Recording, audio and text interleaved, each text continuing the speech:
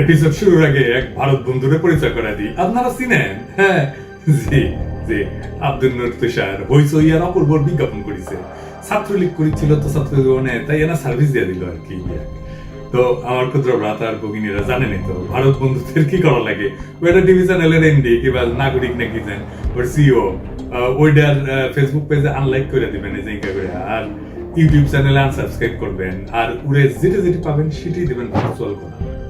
আমরা ভারত বন্ধু কয়টারে পেলাম? সেটটা অপূর্ব, তুষার, জান্নাতুল পিয়া আর মেজামিন। হ্যাঁ, আর কে কে আসলে লাইনে খারাপ।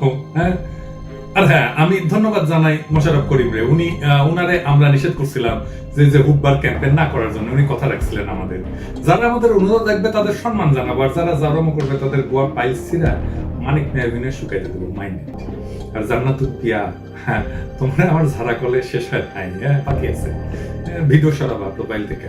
টাইম দিলাম 7 দিন, নাইলে সেকেন্ড ওয়েভ আসবি কলে। হ্যাঁ, গদাম জানাই দিলাম আগে। যাই হোক, এবার ওখানে মাদারে মাফিয়া কাটাল রানীরে ধরি। ওই আবার শ্বশুরবাড়ি ইন্ডিয়া যাচ্ছে, কেন যাচ্ছে সেটা আলাপ করি আসে। দ্বিতীয়বারের মতো ভারত যেতেছে। এর আগে 28 জন কসাই মধ্যে তৃতীয়বারের মতো সিংহাসনে আরোহণ উপলক্ষে দিল্লি গেছিল। মনিক তার উপরে স্বামী দাওয়াত দিচ্ছে, যাইতে হয়। ভারত খাদানো মালদ্বীপের প্রেসিডেন্ট মুইজও গেছিল, আরো গেছিল শ্রীলঙ্কার প্রেসিডেন্ট, নেপাল, ভুটান, মরিশাসের প্রধানমন্ত্রী আর সিশেলসের উপরাষ্ট্রপতি। এদের মধ্যে কেবল এই দিল্লিদাসী ফ্যাসিস্ট খুনি হাসিনা ভারতের প্রযোজনা এবং পরিচালনায় প্রহসনমূলক নির্বাচন করে দীর্ঘকাল ক্ষমতায় আছে। বাকিরা কিন্তু অবাধ এবং সুষ্ঠু নির্বাচনের মাধ্যমে তাদের নিজ নিজ দেশের নেতৃত্ব লাভ করছেন। মিস্টার মুইজু দিল্লিতে আসতে সোশ্যাল মিডিয়ায় কিছু ভারতীয় সাড্ডি মন্তব্য করেছিল যে ভারতের বিরুদ্ধে শোরগোল করার পরে সে ঠিকই দিল্লিতে আসতে বাধ্য হয়েছে। কিন্তু মজার কথা হলো, মোদির শপথ অনুষ্ঠানের সময় মালদ্বীপের পার্লামেন্টে প্রেসিডেন্ট মুইজুর দল ভারতের সাথে মালদ্বীপের আগের সরকার যে 4টা ডিল করছে, চুক্তি করছে, সেগুলো তদন্তের সিদ্ধান্ত নিছে ওই একই সময়। ছোট্ট একটা দেশে সত্যিকারের গণপ্রতিনিধি ভারতের সামনে মাথা উঁচু করে থাকলেন, আর আমাদের এই দিল্লি দাসী নিজের গদি রক্ষার জন্য এমন ভাবে ছোটাছুটি করলো যে অন্য কোন বিদেশি সরকার প্রধানরা করে না। কি কি ছোটাছুটি করলো সেটা আমরা দেখবো, আপনারাও দেখেছেন। আমরা আজকে একটু বিশ্লেষণ করবো ছোটাছুটি কেন করলো। এই দিল্লিতে ছোটাছুটি করে যা যা করছে তার মধ্যে দুইটা বিষয় খুবই গুরুত্বপূর্ণ। সাবেক বিজেপি প্রধান লালকৃষ্ণ আদবানি তার সাথে সাক্ষাৎ করেছে, আর দ্বিতীয় হইলো অনেক কাল পরে তার প্রথম মনিব ইন্দিরা গান্ধী পরিবারের সদস্যদের সাথে কোলাকুলি করেছে। সে কাজগুলি কেন করলো তা আমরা একটু তলায় দেখি আসি। মোদি এবার ক্ষমতায় বসলেও অনেকটা ধ্বজভঙ্গ অবস্থা। ভারতীয় নির্বাচনের আগে সে 56 বুক ফুলাইয়া বিভিন্ন জায়গায় গিয়ে বলছে যে তার দল থেকে এবার 400 সিট পাবে। সে মা বাবরি মসজিদের ধ্বংসস্তূপের উপরে নির্মিত রাম মন্দির উদ্বোধন করছে। হিন্দুত্ববাদী তার নিয়মিত জিগির তোলার পাশাপাশি সে মুসলমানদের বিরুদ্ধে ব্যাপক নেতিবাচক প্রচারণা করছে। এমনকি এক পর্যায়ে নিজেকে ভগবানের অবতার হিসেবে ডিক্লারেশন দিচ্ছে। কিন্তু কিছুতেই কিছু হয় নাই। 400 সিট তো দূরের কথা, পার্লামেন্টে তার দল সাধারণ যে মেজরিটি সেটাও পায় না। এত খরচ করে রাম মন্দির বানাইলো, এত শান শওকত করে সে উদ্বোধন করলো, অথচ সেই এলাকাতে তার দল পরাজিত হইলো। এমনকি ভারতের ক্ষমতার কেন্দ্র হিসেবে বিবেচিত উত্তরপ্রদেশ, যেটা বিজেপির একটা শক্ত ঘাঁটিতে পরিণত হয়েছিল, সেখানে সে হারে গেল। অবস্থা এমনই যে নির্বাচনের পরে তাকে কোয়ালিশন করতে হলে এমন এক দুই শরিকের সাথে যাদের পোল্ট্রিবাজ বলে খ্যাতি আছে। মোদির এখন সবচেয়ে বড় দুশ্চিন্তা কোন দিন না তার আবার গদি চলে যায়। ভারতের আগের কোয়ালিশন সরকারগুলো এই ধরনের ছিল, সুতরাং দুর্ভাবনা করার যথেষ্ট কারণ মোদির আছে। তারপর যদি এই খেলা দেওয়া সরকার পড়ে যায়, তার পেছনে তার কোয়ালিশন এবং তার দলের ভূমিকা যেমন থাকবে তেমন থাকবে বিরোধীদের ভূমিকা। মোদি না টিকলে তার জায়গায় সম্ভাব্যকে কে আসতে পারে, কিংবা তাকে ফেলে দেওয়ার ব্যাপারে বিজেপির ভেতরে বা বাইরে কারা কারা ভূমিকা রাখতে পারে, সেই চিন্তা করে যায় কাটাল রানী আদবানি আর ইন্দিরা গান্ধী পরিবারের সদস্যের সঙ্গে দেখা করছে। আর এই যে বিরোধী জোটের অন্যতম স্তম্ভ পশ্চিমবঙ্গের মুখ্যমন্ত্রী মমতা ব্যানার্জি ইতিমধ্যে বলে দিচ্ছেন যে এই ঠেলাঠেলির সরকার বেশি দিন ঠিকবে না। আরো আগ বাড়াইয়া খোদ কংগ্রেস সভাপতি মল্লিকার্জুন খার্গে উনি বলছেন যে মোদির এই নতুন সরকার গঠন করাটাই ভুল, এটা বেশি দিন টিকবে না, যে কোনো সময় পড়ে যাবে। ইলেকশনের পরপরই কংগ্রেস এবং তার সহযাত্রীরা চেষ্টা করছিল যে মোদির এই যে দুই শরিককে ভাগায় নিয়ে সরকার গঠন করতে। এই ধরনের চেষ্টাতে কংগ্রেসের নেতৃত্বে ইন্ডিয়া জোট জারি রাখবে সেটা বলাই বাহুল্য। মিসেস ইন্দিরা গান্ধী 1975-এ খুনি হাসিনাকে ভারতে আশ্রয় দিয়েছে। পরবর্তীতে তার দল কংগ্রেস পার্টি তাকে বারে বারে ক্ষমতায় আনছে, কিন্তু গত 10 বছর সে তার নতুন প্রভু মোদি যাতে নাখোশ না হয় সেজন্য ইন্দিরা পরিবারের কারোর সাথে সাক্ষাৎ কিন্তু করে নাই। সে হয়তো ধারণা করছিল যে কংগ্রেসের অবস্থা মুসলিম লীগের মতো হয়ে গেছে, তারা কখনো ক্ষমতায় আসতে পারবে না, সুতরাং তাদের সাথে যোগাযোগ রেখা কোনো লাভ নাই। এগুলো এমনই স্বার্থপর। হাসিনা এরকম স্বার্থপর? আমরা একটু পরে মোদির অবস্থা দেখবো, হ্যাঁ, কিভাবে চোখ উল্টায় দেয়, নিজের দলের লোকের উপর নিজের গুরুকে চোখ উল্টে দেয়। কিন্তু ভারতের এবারের নির্বাচনে কংগ্রেসের পারফরমেন্স দেখা কালো রানী যথেষ্ট শঙ্কিত হওয়ারই কথা। যাদের কারণে সে বাংলাদেশের ক্ষমতায়, অথচ তাদের এতদিন অবহেলা করছে, তারা কিন্তু কেবল প্রধান বিরোধী দল হিসেবে আবির্ভূত হয় নাই, বরং ভবিষ্যতে ক্ষমতায় এসে যেতে পারে তার অকৃতজ্ঞতা ঢাকার জন্য। আর কংগ্রেস ভবিষ্যতে ক্ষমতায় এসে পড়লে তাদেরকে হাতে রাখার জন্য সে ইন্দিরা গান্ধী পরিবারের সাথে সাক্ষাৎ করার জন্য উদ্গ্রীব হইয়া পড়ে। এখন প্রশ্ন উঠতে পারে, এইরকম একটা নেমক হারামের সাথে ইন্দিরা গান্ধী পরিবার কেন দেখা করল? প্রথম কারণ হইল টেকনিক্যাল। রাষ্ট্রীয় প্রোটোকল অনুযায়ী ধরনের সাক্ষাৎ অস্বাভাবিক না, কারণ অবৈধ হইল খুনি হাসিনা বাংলাদেশের সরকার প্রধান এবং কংগ্রেস পার্টি হইল ভারতের প্রধান বিরোধী দল। আর দ্বিতীয়ত, আমরা সবসময় বলছি যে বিজেপি হোক কংগ্রেস হোক, হাসিনা ইন্ডিয়ার প্রোডাক্ট, কংগ্রেসই তাকে প্রথম ক্ষমতায় বসায়, সুতরাং নিজেদের প্রোডাক্টকে তো আর পুরোপুরি অবহেলা বা রিজেক্ট করতে পারে না, তাই না? আর তৃতীয় কারণ হইতে পারে যে তারা তাকে ইঙ্গিত দিছে, এতকাল ধরে মোদিরে বেট দিয়ে আসতেছিস, এখন আমাদের পাওনা কিন্তু বুঝাই দিতে হবে। বাংলাদেশটা তো ভারতের রাজনীতিবিদদের কাছে অন্তহীন টাকার উৎস। মোদির খাজানচি, আদানি সহ বিজেপির ঘনিষ্ঠ ব্যবসায়ীদের খুনি হাসিনা বাংলাদেশের স্বার্থ জলাঞ্জলি দিয়ে নানা প্রকার সুযোগ সুবিধা দিছে, যেটা ছিল প্রকারান্তরে মোদিকে বিশাল অঙ্কের ঘুষ দেওয়া। এখন কংগ্রেস তার বাগে পাইয়া কি এমনি এমনি ছেড়ে দিবে? তার কাছ থেকে তার পাওনাটা বুঝে নেবে কংগ্রেস। যাই হোক, সোনিয়া গান্ধী বা প্রিয়াঙ্কা গান্ধীর সাথে সাক্ষাতের কারণ নয় বোঝা গেল, কিন্তু কাটালানি কেন লাল কৃষ্ণ আদবানির সাথে দেখা করতে গেল? বিশেষ করে আদবানি তো এখন রাজনীতি থেকে মোটামুটি রিটায়ার, তাই না? আগেই বলছি যে একটা অস্থিতিশীল সরকারকে ফেলে দেওয়ার জন্য বাইরে থেকে যেমন চেষ্টা থাকে, কারণ ভিতর থেকেও চেষ্টা থাকে। কংগ্রেস হইল বাইরের চেষ্টা আর আদবানি হইল ভিতরের চেষ্টা। এইটা বুঝতে হলে আদবানি আর মোদির সম্পর্কের ইতিহাস ঘাটতে হবে। ছিল মোদির গুরু, কিন্তু মোদি আদবানিকে পেছন থেকে ছুরি মারছিল। ভারতের নির্বাচনের ফলাফল প্রকাশিত হওয়ার পরেই মোদি টের পাইছিল যে এবার গুরু বদলা নিতে পারে। আমি আপনাদের 2018 সালে একটা ভিডিও দেখাই, মানে কথা না বলার বদলে একটা ভিডিওই সবকিছু বুঝে দিবে, দেখেন।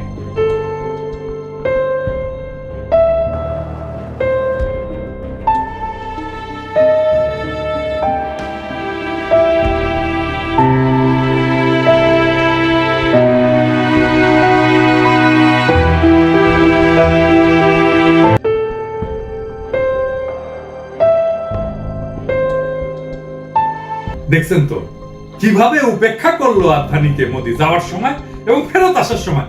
ওইখানে যে আদভানি বলে একটা লোক আছে, বোঝা গেছে, এইরকম ভাবে উপেক্ষা করলো। আমি যতবার এই ভিডিওটা দেখছি ততবার খারাপ লাগছে আদভানির জন্য। রাহুল গান্ধীও বলছিল, আরে ভাই আপনি তো আপনার গুরুরে সম্মান দেন না। দেখেন তো, আদভানি আর মোদির ঝগড়া তো আমাদের আবিষ্কার না, এটা 2013 সালের ঘটনা, যখন এটা মিডিয়াতে আসছিল। অটল বিহারী বাজপেয়ী কিন্তু চান নাই যে মোদি পিএম হোক। এই আদভানি অটল বিহারী বাজপেয়ীরে বুঝাইছিল যে মোদির এই করা উচিত পিএম। আরএসএস এর বিভিন্ন মহল থেকে ইতিমধ্যে কথা উঠছিল যে মোদিরে সরাইয়া আর কাউকে দায়িত্ব দিতে হবে, কিন্তু শেষ পর্যন্ত জোটসঙ্গী নীতিশ এবং নাইডু মোদিকে সমর্থন করায় এই যাত্রা টিকে গেল। কিন্তু শপথ গ্রহণের আগে কসাই মোদি কিন্তু ছুটে গেল তার গুরুর কাছে, ফুলের তোরা হাতে নিয়ে জোর কইরা তার আশীর্বাদ চাইল। এই সাক্ষাতের সময় আদবানি আর মোদির চেহারা আর বডি ল্যাঙ্গুয়েজ দেখলে বুঝবেন সেদের মধ্যে সম্পর্ক কি পরিমাণে শীতল। আদবানির দয় মোটামুটি প্রথমবার মোদি পিএম হয়েছিল, সে ছিল কিং মেকার। এইবারে ভেতরের খেলায় এইবার আদবানি হইতে পারেন কিং মেকার। এই বিষয়টা টের পেয়া কাটালানি আদবানির পায়ে পূজা দিতে গেছিল ভবিষ্যতের একটা ইন্স্যুরেন্স পলিসি হিসেবে। ভারতের আগেকার কোয়ালিশন সরকারগুলির মতো মোদির তৃতীয় টার্মের সরকার অস্থিতিশীল হইলে এবং একই সাথে বাংলাদেশের অর্থনীতি গভীর খাতে পড়ে গেলে খুনি হাসিনার গদির গ্যারান্টি থাকবে। ভারত সরকারের অন্তর্নিহিত অস্থিতিশীলতা তো সে আর ঠেকাতে পারবে না, তাই না? তবে নিজের গদি রক্ষার জন্য অন্তত টাকা পয়সা জোগাড় করার চেষ্টা করতে পারে। সেই উদ্দেশ্যে জুলাই মাসে কাটালানি চীনের দিকে রওনা হইতেছে অর্থ সংগ্রহের আশায়। ইতিমধ্যে সে ঘোষণা দিচ্ছে যে তিস্তা প্রকল্পের ঋণ সে চীনের কাছ থেকে নেবে, যেটা দামি ইলেকশনের আগে চীন প্রকাশ্যে চাইয়া বসছিল। ভারতের পররাষ্ট্র সচিব কিছুকাল আগে আইসা সেটাকে কাউন্টার করার জন্য ভারতীয় ঋণের প্রস্তাব দিচ্ছে। দেখা যাইতেছে যে খুনি হাসিনা সেই ভারতীয় প্রস্তাবে সাড়া দিতেছে না, কারণ এইখানে তার বিরাট পরিমাণে বৈদেশিক মুদ্রার সহায়তা দরকার, যেটা ভারত দিতে পারবে না, সেটা কাটালানিও জানে, এটা ইন্ডিয়াও জানে। একই সাথে সে ভারতকে খুব বেশি অখুশি করতে চায় না, এই কারণে তার দলের এবং তার প্রশাসনের বিরাট সংখ্যক লোকের নারী বান্দা আছে দিল্লিতে। তার আশেপাশের সকলেই ভারতের ক্যান্ডিডেট, নৌকা বোঝাই ভারতপন্থীরা। এই অবস্থায় ভারতকে নাকচ করলে তার বিপদ হইতে পারে। এরকম বিপদ দলের ভেতর থেকেও আসতে পারে, যেমন হয়েছিল তার বাপের ক্ষেত্রে। সে তো খুব ভালো করে জানে যে ভারতের গোয়েন্দা সংস্থা র বিভিন্ন দেশে হত্যাকাণ্ড চালায়। ভারতকে ল্যাং মারলে রজে তার উপরে, যেটাকে গোয়েন্দার পরিভাষায় বলে ওয়েট জব, হ্যাঁ মানে ভিসা কাজ আর কি। সোজা বাংলায় এটা মানে হইতেছে জয় বাংলা কইরা দেওয়া। তেমনটা যে করবে না, আর তাকে নিশ্চয়তা আছে। 21শে জুন ভারতে একই মাসে দ্বিতীয়বার সফর কইরা সে দিল্লিকে বার্তা দিতে চাইবে যে চীনের কাছে সে যাইতেছে দেশের ভয়ঙ্কর অর্থনৈতিক অবস্থায় অর্থ সাহায্য পাওয়ার জন্য, যেটা অন্যরা দিতে পারবে না কিংবা দিবে না। এই কারণে চীনকে কিছু একটা কনসেশন দিতে হবে, কিন্তু সে ভারতকে ছাইড়া যাবে না, ভারতকেও খুশি রাখবে। ভারত যে সমস্ত অতিরিক্ত সুবিধা বাংলাদেশের কাছ থেকে চাইতেছে তার কিছু তাদেরকে সে দেবে। এরই মধ্যে আমরা শুনলাম যে ভারত মোংলা পোর্টে পরিচালনা ক্ষমতা চাইছে। কিছুকাল আগে চীনও এই বিষয়ে আগ্রহ দেখাইছিল। খুনি হাসিনা হয়তো ভারতকে বলবে যে চীনকে বাদ দিয়া মোংলা তোমারে দিতেছি, এখন তিস্তা প্রকল্পের অর্থায়ন চীনকে দেওয়ার বিষয়ে তোমরা আর আপত্তি কইরো না।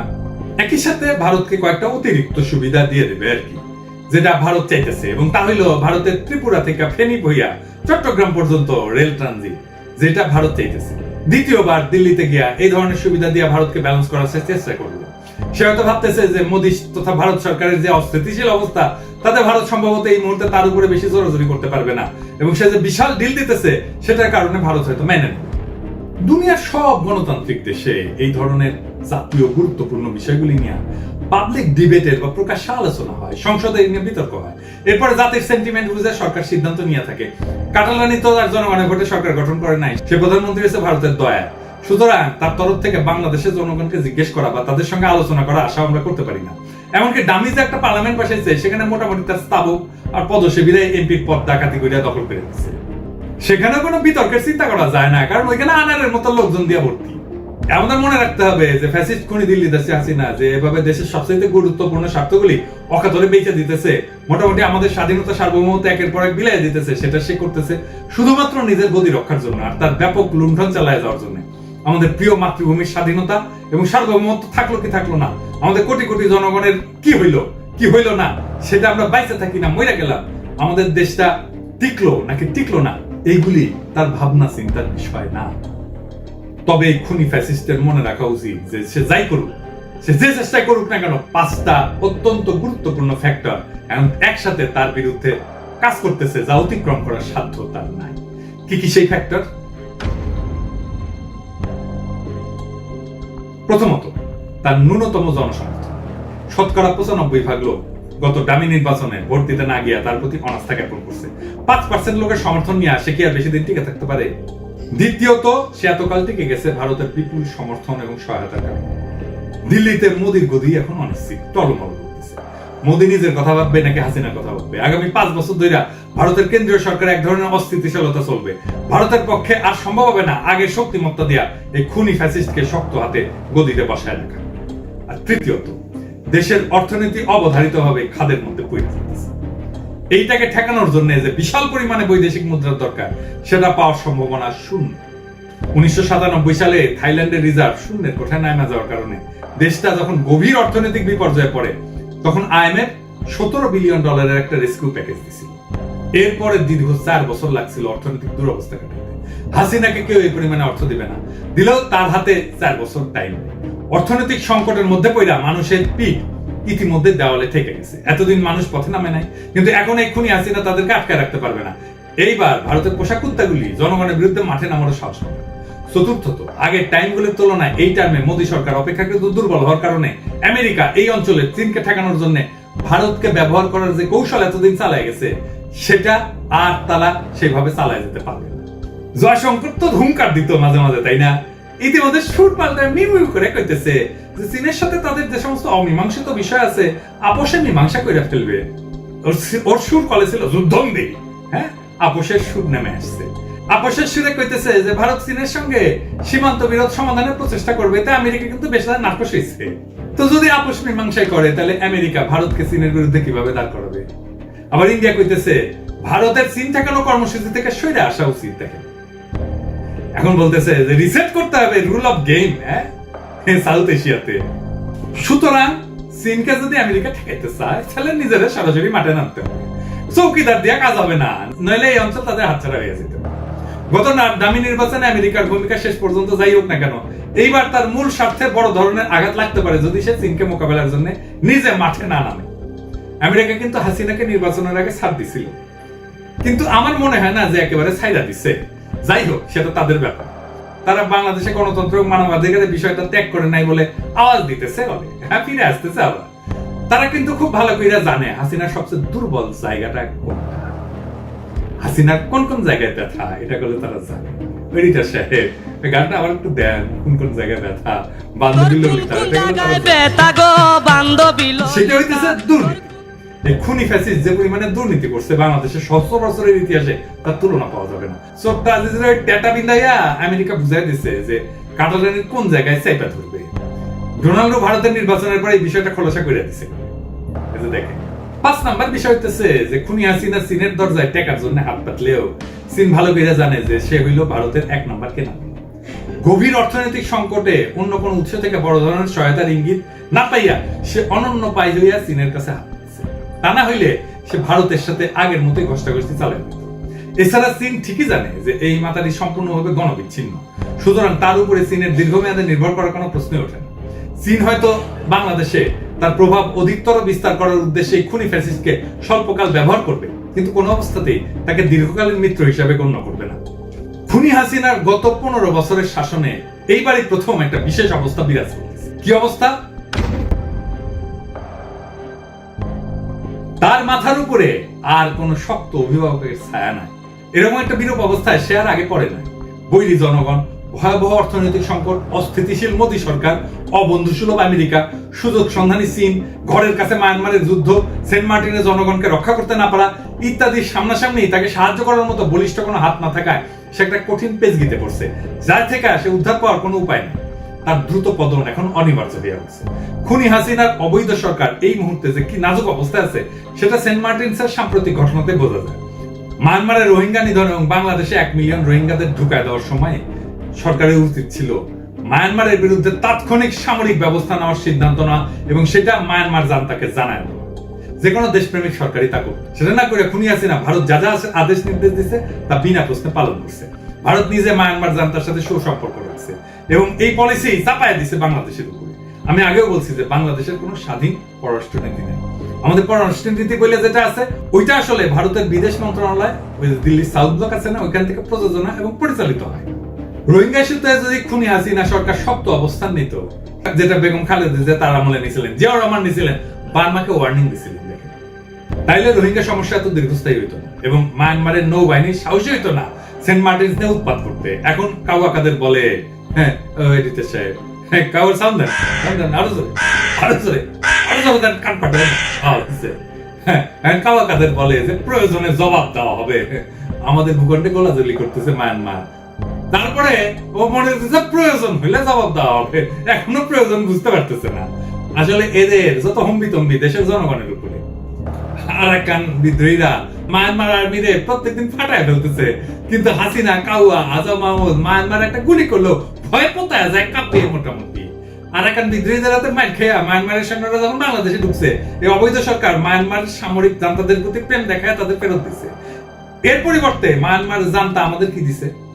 উল্টা আমাদের সেন্ট মার্টিনে গুলি করতেছে। এই দিল্লি দাসী এবং তার লেসপেন্সারদের কাছে আমাদের প্রিয় মাতৃভূমি যে কি ভয়ঙ্কর ভাবে অরক্ষিত তা এদের আচরণ এবং কথাবার্তা পরিষ্কার। সেন্ট মার্টিনের এই ঘটনায় আরো একটা জিনিস পরিষ্কার হয়ে গেছে এবং সেটা হইল কঠিন পেচগিতে পড়া কাঁঠাল রানের এই অবৈধ সরকার এখন গভীর আতঙ্কে দিশান। সামান্যতম অ্যাকশন নেওয়ার মতো অবস্থায় নাই, তাকে টাইনা নামানোর এখনই সময়। এই ফ্যাসিস্ট খুনি হাসিনা চাপেই তাকে আমরা টাইনা নামাইয়াই। একই সাথে আমাদের সবাইকে গভীরভাবে চিন্তা করতে হবে যে হাসিনা পরবর্তীকালে আমাদের এই অঞ্চলে চীন এবং আমেরিকার সম্ভাব্য শীতল যুদ্ধের পরিস্থিতিতে আমরা কিভাবে আমাদের জাতীয় স্বার্থ নিশ্চিত করতে পারি। বাংলাদেশের অভ্যুদয়ের পর থেকে ভারত আমাদের জাতীয় স্বার্থকে বিভিন্নভাবে ব্যাহত করছে এবং এক পর্যায়ে আমাদের স্বাধীনতা, সার্বভৌমত্ব এবং গণতান্ত্রিক আকাঙ্ক্ষাকে পিছন থেকে ছুরি মারছে। মোদীর বর্তমান টার্মের সরকার আগের সরকারের তুলনায় রাজনৈতিকভাবে দুর্বল এবং অন্তর্নিহিতভাবে অস্থিতিশীল হওয়ার কারণে বাংলাদেশের উপরে উদ্ধত ভারতের আধিপত্যবাদী কালো হাত ভাঙা দেওয়ার এখনই বিরাট সুযোগ আমাদের সামনে। আমাদের চলমান ভারতীয় পণ্য বর্জন আন্দোলনকে এখন পুরাতস্তর ইন্ডিয়া আউট পর্যায়ে উন্নীত করতে হবে, যে কাজটি মালদ্বীপ প্রেসিডেন্ট মুইজুর নেতৃত্বে ইতিমধ্যে সাফল্যজনকভাবে সম্পন্ন করছে। ইন্ডিয়া আউটের সুযোগে অন্য কোনো শক্তি যেন আবার আমাদের টুটি চাইপা ধরতে না পারে, সে বিষয়ে আমাদের অত্যন্ত সতর্ক এবং সজাগ থাকতে হবে। আমি আগেও বলছি, এখনো বলবো এবং ভবিষ্যতেও বারে বারে বলতে থাকবো যে আমরা আমেরিকা বুঝি না, চীন বুঝি না, আমরা বুঝি আমাদের জাতির, আমাদের জনগণের স্বার্থ।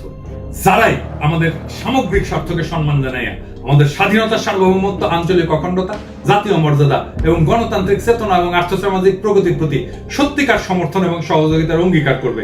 আমরা তাদের দিকেই বন্ধুত্বের হাত বাড়াই। আগামী দিনে ভারত মুক্ত বাংলাদেশের এটাই হবে স্বাধীন বিদেশ নীতির মূল ভিত্তি।